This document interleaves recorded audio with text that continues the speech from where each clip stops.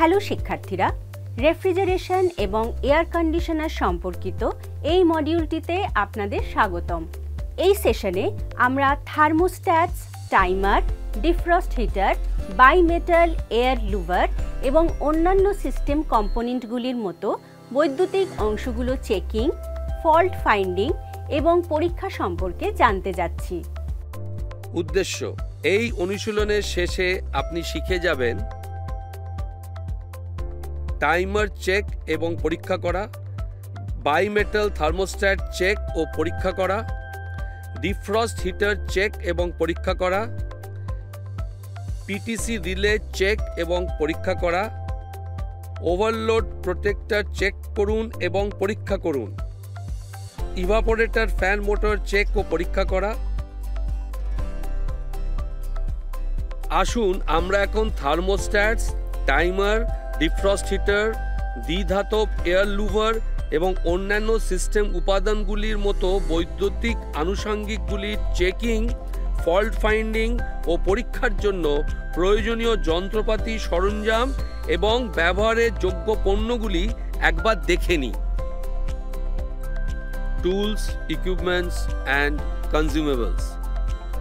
Clamp meters or tongue tester, line tester 500 volts, cutting pliers length 200 millimeters, nose plier length 150 millimeters, Phillips screwdriver set, multi-strand wire 5 meters per 1 square millimeter, bulb holder, electrical test board, dry ice, frost free refrigerator.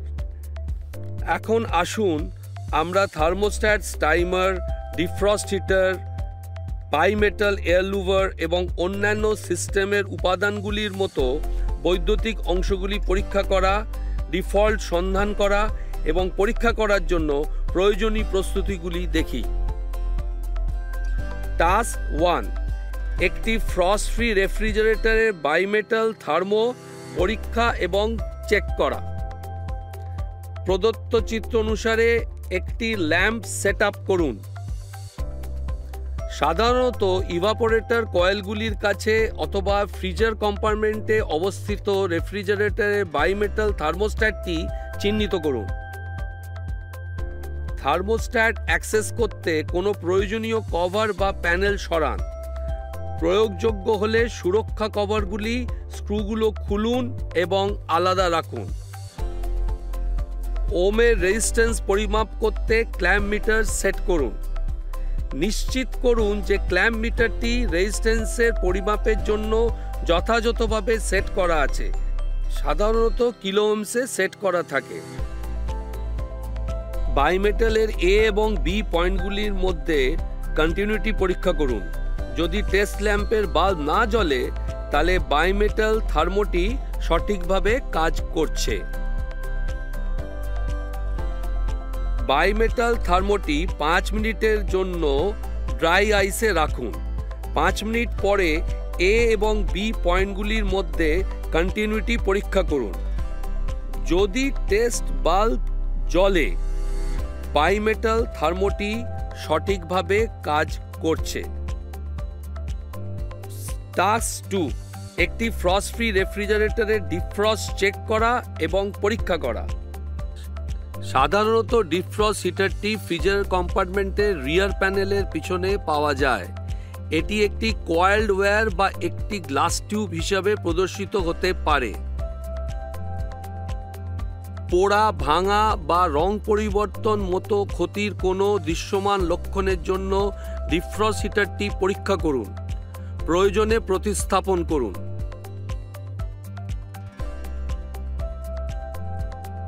Clamp মিটারকে resistance বা ohm সেটিংয়ে set করে এবং heater উপাদানের প্রতিটি প্রান্তে clamp metre probe স্থাপন করে defrost heater কাজ করছে কিনা তা পরীক্ষা করার জন্য একটি কন্টিনিউটি চেষ্টা করুন।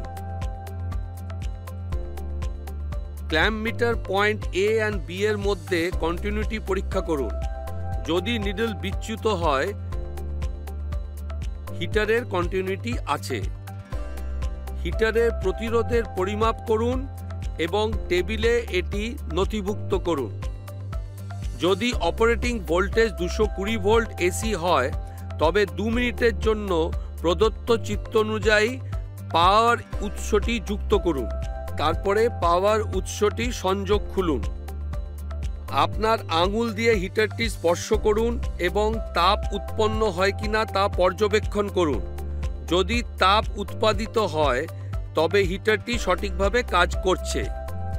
এখন আসুন আমরা thermostat, timer, defrost heater, bimetal, air louvre এবং অন্যান্য সিস্টেম উপাদান সহ একটি রেফ্রিজারেটরের বিভিন্ন বৈদ্যুতিক আনুষঙ্গিকগুলি চেকিং, ফল্ট সন্ধান এবং পরীক্ষার প্রক্রিয়াটি দেখি। টাস্ক 4, একটি frost free refrigerator positive temperature coefficient রিলের চেকিং এবং পরীক্ষা করা। পিটিসি রিলে সন্ধান করুন যা সাধারণত কম্প্রেসরের কাছে অবস্থিত। প্রায়শই এটি প্লাস্টিক বা মেটাল হাউজিং দ্বারা কভার থাকে। পিটিসি রিলেকে প্রোটেক্ট করার জন্য যে হাউজিং বা কভার থাকে সেটাকে সাবধানে খুলুন। পিটিসি রিলে এবং ওয়্যারগুলোকে যত্ন সহকারে হ্যান্ডেল করুন। একবার ভালোভাবে দেখে পরীক্ষা করুন। রিলে কানেক্টর বা তারগুলিতে ক্ষতি বা জ্বলন্ত কোনো লক্ষণ থাকলে সন্ধান করুন, কারণ দৃশ্যমান ক্ষতি কোনো সমস্যা নির্দেশ করতে পারে। রিলে পিন বা টার্মিনালগুলি চিহ্নিত করবেন। সাধারণত 3টি থাকে। রানিং টার্মিনাল এ হিসাবে চিহ্নিত, স্টার্টিং টার্মিনাল বি এবং কমন টার্মিনাল সি হিসাবে মার্ক করা হয়েছে।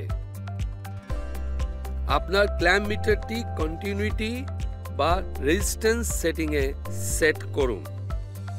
রিলে যুক্ত তারগুলি সংযোগ বিচ্ছিন্ন করুন। একটি ক্ল্যাম্প মিটার দিয়ে সি এবং এর মধ্যে কন্টিনিউটি পরীক্ষা করুন। যদি নিডলটি বিচ্যুত হয় তাহলে কন্টিনিউটি ঠিক আছে।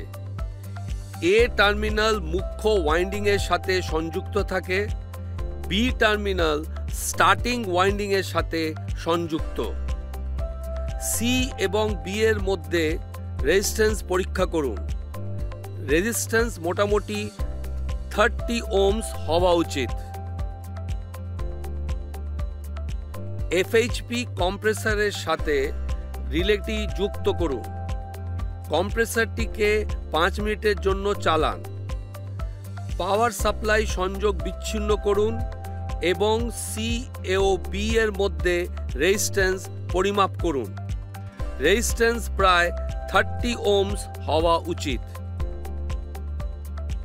টাস্ক 5, একটি ফ্রস্ট ফ্রি রেফ্রিজারেটরের ওভারলোড প্রোটেক্টর চেক এবং পরীক্ষা করা। ওভারলোড প্রোটেক্টরটি সাধারণত কম্প্রেসরের সাথে যুক্ত বা কাছাকাছি থাকে, সেটা খুঁজুন। এটি প্লাস্টিক বা মেটাল কভারের মধ্যে রাখা যেতে পারে। ওভারলোড প্রোটেক্টর রক্ষা কভার বা হাউজিং সরান। সাবধানতার সাথে উপাদান এবং ওয়্যারিং হ্যান্ডেল করুন। পোড়া, রং পরিবর্তন বা ঝাঁকুনির শব্দের মতো ক্ষতির কোনো দৃশ্যমান লক্ষণগুলির জন্য ওভারলোড প্রোটেক্টরটি পরীক্ষা করুন, যা অভ্যন্তরীণ ক্ষতির ইঙ্গিত দিতে পারে। কম্প্রেসর টার্মিনালগুলি থেকে ওভারলোড প্রোটেক্টরের সাথে যুক্ত তারগুলি সাবধানে সংযোগ বিচ্ছিন্ন করুন। আপনার ক্ল্যাম্প মিটারটি কন্টিনিউটি বা রেজিস্ট্যান্সের সেটিংয়ে সেট করুন। ওভারলোড প্রোটেক্টরের প্রতিটি টার্মিনালে একটি প্রোব রাখুন। টার্মিনাল 1, 2 এবং 3 এর মধ্যেও টেস্ট ল্যাম্পের সাথে কন্টিনিউটি পরীক্ষা করুন। যদি বাল্বটি জ্বলে তবে ওভারলোড প্রোটেক্টর ওএলপি সঠিকভাবে কাজ করছে। টাস্ক 6, একটি ফ্রস্ট ফ্রি রেফ্রিজারেটরের ফ্যান সেটের চেক এবং পরীক্ষা করা। সাধারণত একটি প্যানেল বা কভারের পেছনে ফ্রিজার কম্পার্টমেন্টে অবস্থিত ইভাপোরেটর ফ্যান মোটরটির সন্ধান করুন।